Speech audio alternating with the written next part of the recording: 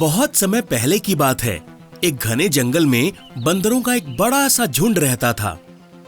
उन बंदरों का एक राजा था जो बहुत बड़ा और ताकतवर था और उन पर बड़ी समझदारी के साथ शासन करता था। एक बार बंदरों को नदी के किनारे एक आम का पेड़ दिखाई दिया, जिस पर खूब बड़े और मीठे आम लटके हुए थे। बंदरों के समझदार राजा ने ये कहकर सभी बंदरों को होशियार किया, तुम लोग एक भी आम नदी में गिरने मत देना। अगर एक भी आम नदी में गिरा तो वो उसे ऐसी जगह ले जाएगी जहाँ इंसान रहते हैं। अगर उनको इसके बारे में पता चला तो हम सुरक्षित नहीं रह पाएंगे, क्योंकि वो लोग फल को ढूंढते हुए यहाँ आएंगे और हमें यह जगह छोड़कर जाना पड़ेगा। फिर क्या था, बंदर चौकन्ने होकर बड़ी ही होशियारी के साथ नदी के किनारे पके आमों पर नजर रखने लगे।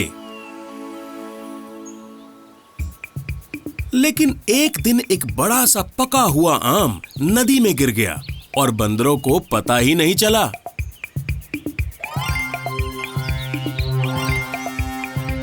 और वो आम पानी में तैरते हुए नदी के दूसरी तरफ पहुंच गया।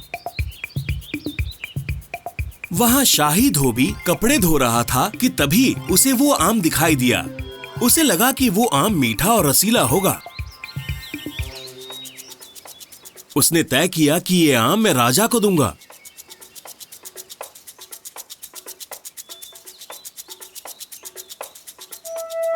मेरे महाराज, मुझे जंगल में नदी के किनारे ये पका हुआ आम मिला है। मुझे लगा आप ये आम जरूर खाना चाहेंगे, इसलिए मैं आपके लिए ले आया।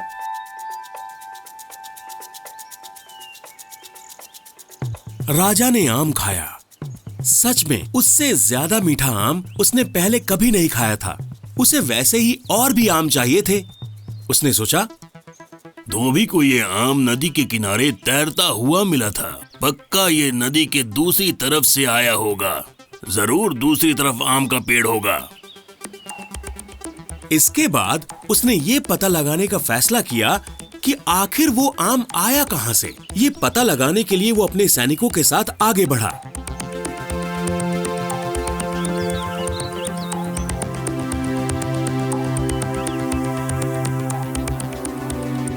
नाव से ही उनको वो आमों से लदा पेड़ दिखाई दिया। राजा बहुत खुश हुआ कि अब वो आमों का मजा ले सकेगा। इधर कुछ बंदरों ने उन लोगों को अपनी तरफ आते हुए देख लिया।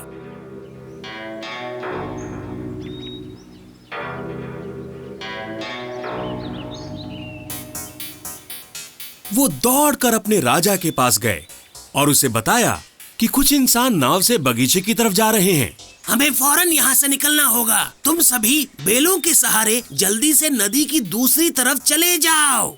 मैं भी आ जाऊंगा जब तुम लोग सही सलामत दूसरी तरफ पहुँच जाओगे।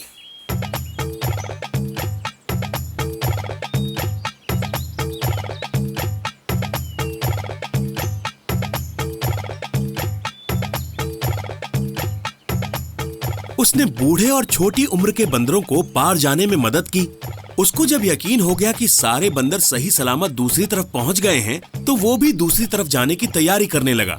नदी के दूसरे छोर पर उसकी प्रजा के सारे बंदर उसका इंतजार कर रहे थे। लेकिन अब तक बेल की रस्सी इतनी कमजोर हो चुकी थी कि बंदरों के राजा का भार नहीं उठा सकती थी। वो टूट गई, जिससे वो पानी में गिर गया। उसे नदी में गिरता देख सारे बंदर मदद के लिए चीख पुकार मचाने लगे। राजा ये सब देख रहा था।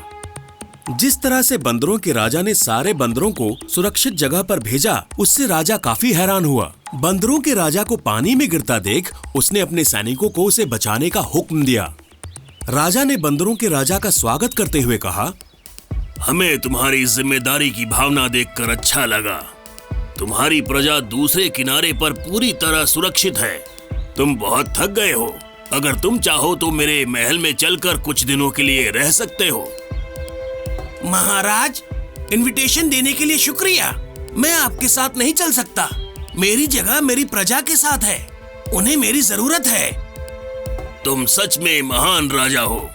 तुम जानते हो कि प्रजा के लिए एक राजा की जिम्मेदारियां क्या होती हैं। मैं भी राजा हूँ, तुम्हारी प्रजा को किसी तरह का नुकसान नहीं पहुँचाऊंगा। मैं तो ये रसीले मीठे आम लेने आया था, लेकिन अब मैं उन्हें हाथ भी नहीं लगाऊंगा। ये राज्य तुम्हारा है, मैं इसे किसी तरह का नुकसान नहीं पहुंचाऊंगा। तुम यहाँ अपनी प्रजा के साथ रहो, ये इच्छा है मेरी।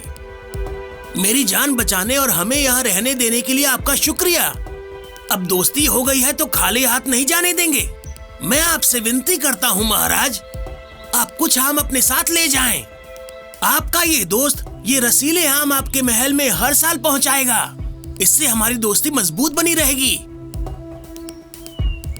राजा के सिपाहियों ने थोड़े बहुत आम लिए और अपनी महल की ओर लौट गए और बंदर भी जंगल में शांति के साथ जीवन बिताने लगे।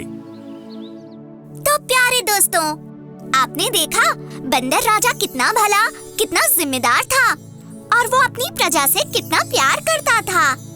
इसी तरह से अपने दोस्तों और दूसरों से पेश आना चाहिए। मोरल ऑफ द स्टोरी है, दुनिया में सबके लिए मन में दया रखो। Come on, little bunnies. Give thumbs up for the video, share with your friends, and subscribe to our channel for more awesome videos.